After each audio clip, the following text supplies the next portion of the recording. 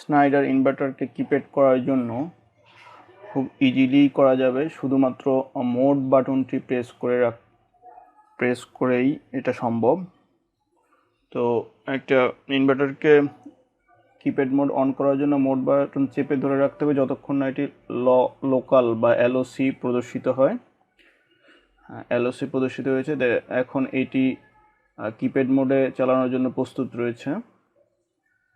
তো জগ ডায়ালটি এখন পটেনশিওমিটার হিসাবে কাজ করবে। জগ ডায়াল রোটেট করে মোটরের গতি কম বেশি করা যাবে ফ্রিকোয়েন্সি কন্ট্রোলিংয়ের মাধ্যমে।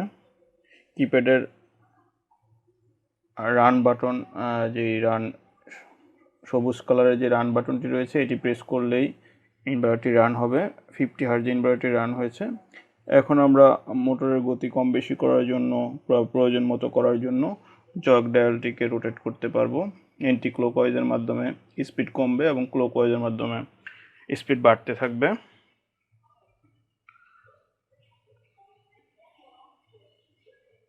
স্টপ বাটন প্রেস করে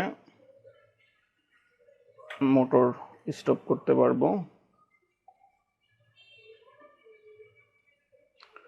পুনরায় মোড বাটন চেপে রিমোট অপশন অ্যাক্টিভ করলে ইনভার্টারটি ডিফল্ট মোডে চলে আসবে।